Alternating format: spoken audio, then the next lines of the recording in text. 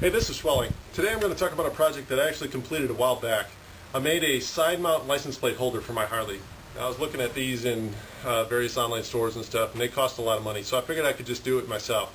And once I got it done, a couple of my friends were looking at it and saying that they thought it was kind of a neat idea and they might want to try it themselves. So even though I didn't actually document the actual process of building it, at least I can show you the finished product and tell you the materials that I used.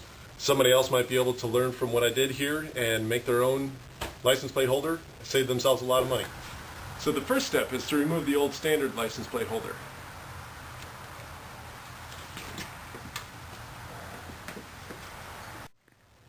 Do you really think that I would use a sledgehammer to work on my bike?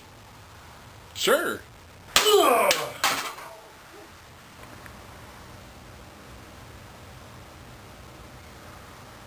I mean, no! These are all the parts for the license plate holder. This piece of sheet aluminum here is, the main piece that holds everything else. It's got its own set of hardware for a fifth bolt, which I'll explain in a minute. Is the license plate that's held on by these four bolts and their hardware. Then there's this bracket here, which kind of holds everything steady, and it actually ties directly into the belt tensioner bolt, which I'll show you in a second. Now for this main piece here, I just used sheet aluminum. You could use steel, you could use diamond plate, you could use anything that you think matches your bike. I used aluminum because I didn't want it to rust later if it got chips in it or something. The main thing with this piece of sheet aluminum that I used for the whole thing is I added an extra 2 inches at the top so I could put the inspection sticker right on this piece. That way I don't have to have a whole separate flap somewhere for that thing to be on. It kind of ties all together. So when this license plate is mounted on that, it just has an extra 2 inches up at the top. And that whole thing is bent to a radius to match the guard, the belt guard that goes around this rear pulley. So when this whole thing is attached up here, then it matches that radius. Now what I did is I had to drill 2 holes through this belt guard to mount this thing. One of these holes you can see is the top hole for the license plate, and then the other hole up here is just a separate hole just for added strength, just so the whole thing wouldn't wobble on one bolt. I had to take this whole belt guard off of there to drill that because there's no way to drill that in place with the turn signal and the wheel and the fender. Your bike might be different, so whatever you need to do. But anyways, once you get this thing cut out the right size, and I just matched it, I just literally traced it from this license plate. Then I had to decide what hardware to use. Now you got a whole bunch of different options. I just happened to pick these bolts here. They're called elevator bolts. They got this real flat head. They don't have really any way to hold this head while you're trying to tighten them. So they're a little bit of a pain to tighten. What I ended up doing was trying to make square holes here that would hold them, and because that sheet aluminum isn't really all that strong, it worked sort of, but not all that perfect. Also, I used stainless steel acorn nuts on the top because I like the way that they look, and I added these little washers just because that kind of added to the whole look of it.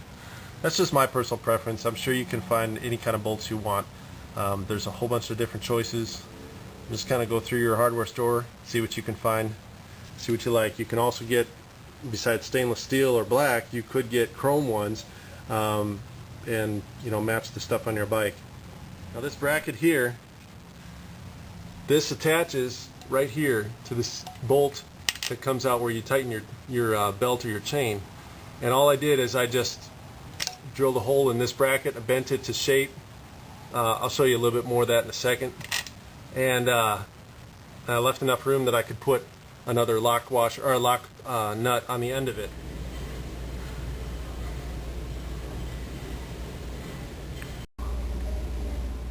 Now for this brace piece here, I just bent it to fit. I knew where this corner would be because of this radius that I had already bent in it.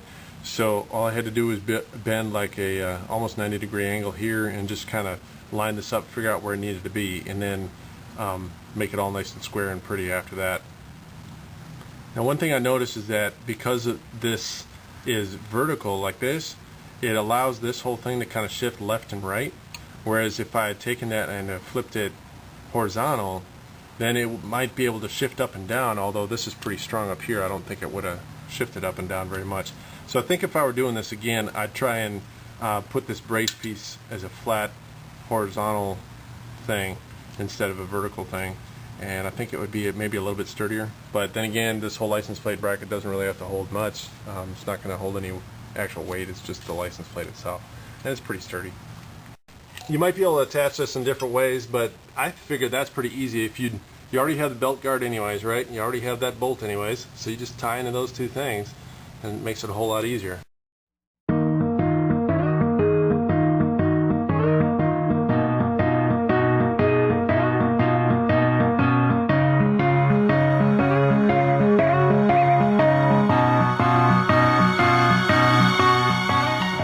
Now here were these three holes that held the original license plate bracket. I just used those to mount a U.S. flag. Well, that's it. Hopefully this gave you some ideas, and thank you very much for your time. Next time we're going to talk about how to change a headlight.